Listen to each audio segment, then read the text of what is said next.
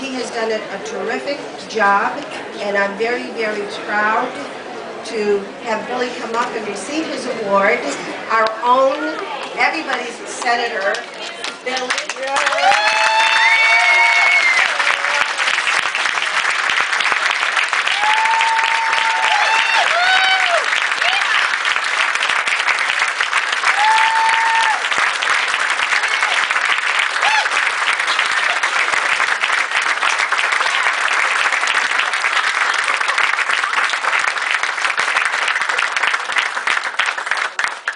The award is to Biagio, Billy Ciotto, in recognition of the multitude of successes in your professional and personal life that have paid tribute to the rich tradition of Italian-American history and culture.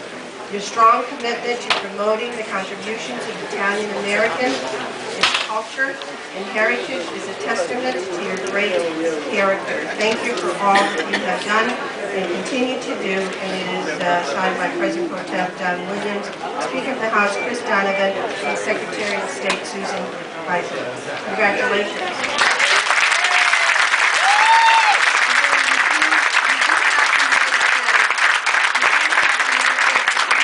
Earning in America story. That is my favorite. You know, thank you very much. I accept this award in all humility. It's an honor and a privilege and a pleasure to be standing here with the likes of Lou DeLuca and his beautiful family. Lou and his family have gone through a trying time these past couple of weeks, and I want everybody to give him another terrific round of applause.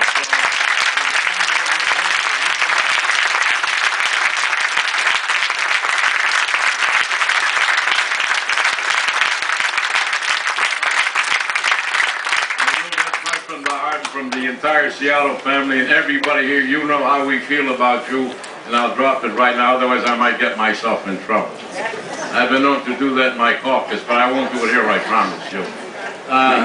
Claire made mention of the dial-a-ride program. Before I forget, let me bring, I'd like to tell that, sorry if I might.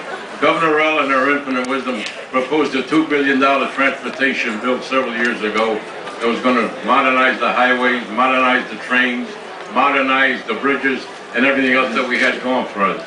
So we're sitting at a big meeting. It includes people from Public Works, people from OPM, people from DOT, people from DMV, people from everywhere. And I'm looking at the bill and I'm looking at the bill and I'm looking at the bill. I noticed there was supposed to have been $5 million in this bill for senior citizens for their dial-a-ride program. It was not included in the bill. So I leaned over to my co-chairman, Jackie Coco. I said, Jackie, am I reading this wrong? She said, no, you're reading it right. I said, well, how about if I say this and this? She said, go right ahead. So I very politely and gentlemanly said to the people from OPM, you guys with the pencils and the erasers always seem to be able to find the dollar you need. I'm going to tell you right now, go tell Her Excellency the Governor that $5 million isn't back in this bill tomorrow morning.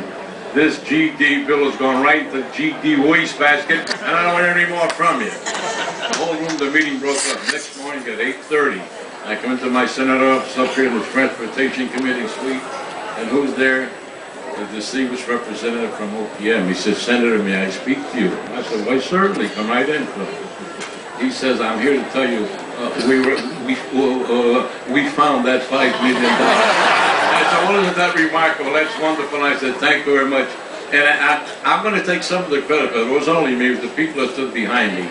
I could see spending $2 billion where it was needed, but I could not see $5 million being left out for the elderly and the seniors who would never be able to go to their doctors, go shopping, go to the churches, whatever. So that's one of those little things. You'll never read about a lot of those things that happen in this legislature. Anyway, I don't have to be repetitive. Lou and the Lieutenant Governor, you know, he was on our Transportation Committee, and little did I know he was going to rise to the heights of Lieutenant Governor. I said to him the other day, you know, and if I knew you had amassed that much of a fortune or that kind of a guy, I would have been a hell of a lot nicer. He said it's too late now, but a good man, a good man. You know, to my wife of 54 years, my family, my children, my grandchildren, thank you all for being here. My former colleagues, I still consider you my colleagues, but most of all, I consider all of you my friends. You know, Mike Riley, that political genius in this place. I've been friends with Mike Riley in the legislature. Mike is president of the Motor Transport Association. And Mike taught me a few years ago, I was speaking at a convention for the Motor Transport Association people, and Mike said, careers end, but friendships last forever.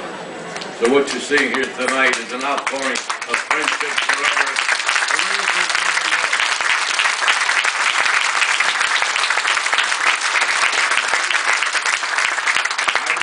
I'm 79 years old, probably a lot older than most of you in this room, and I guess I don't want to be one of those dinosaurs. I guess I'm from another era.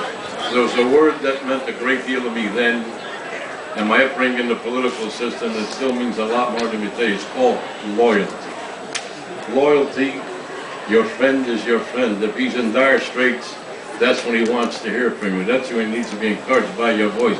When things are riding high and the ship is sailing smoothly, everything goes on fine. But when you're down and out, you know your friend is having a problem, call him, encourage him, remind him that you are friends, and then you can do help him. That's been my philosophy. My parents taught me that from childhood. Now, for those of you that don't understand the Italian, I'll translate it. Do bad and think about it. Do good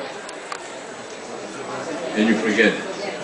In other words, the evil that you do haunts you, the good that you do, you can live with and never bother. And that's why this is my philosophy. My mother every morning would say, I leave the house, start that thing. Be careful, don't get into trouble, don't besmirch this family name. And you know, we're so proud that we're Italians, of our culture, of our heritage, of our traditions, of our education. Those are Columbus, Machiavelli, Michelangelo, I can go on and on. But you know, the real heroes that we had in our America today were those people that came across the Atlantic back in the turn of that last century in 1910, 1920, with the shirt on their back, with maybe $5 in their pocket. They landed at Ellis Island where they were treated like anything but human beings, not knowing the language. And then they were ticketed. My father had a ticket placed on him, and I'm not going to tell the coal miner story. My father had a green ticket pinned on him, Gary, West Virginia, 15 years old, to go meet his father, would come a year before him to go to work in a coal mine. And I've been admonished by my wife, by my daughter, by Joe Serra, by everybody else, saying, don't tell the coal miners. They're so I'm not going to tell the coal miners. You heard it?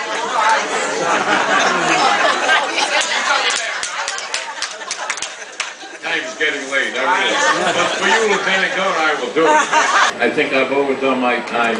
I want to thank the committee very much for your kindness, your awards, and you know, I've been doing a lot of Irish performances the last month and a half before St. Patrick's Day, and I usually finish up after making the presentations with a beautiful Irish prayer. Well, if you'll permit me today, and I'm going to dedicate this to the Luca family, it's the prayer of St. Francis. Lord, make me an instrument of your peace. Where there is hatred, let me sow love. Where there is injury, pardon. Where there is doubt, faith. Where there is despair, hope. Where there is darkness, light.